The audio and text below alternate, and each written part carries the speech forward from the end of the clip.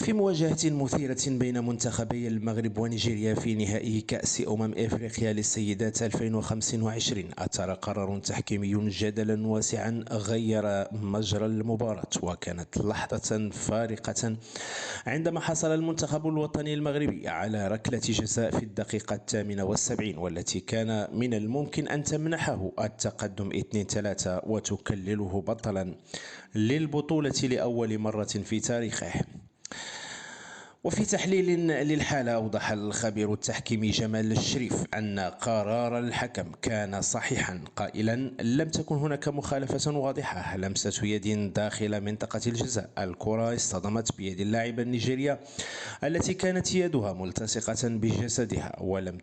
توسعها بشكل غير طبيعي، كما أنها لم تتحرك عمدا باتجاه الكرة بل حاولت تجنبها، وبالتالي فإن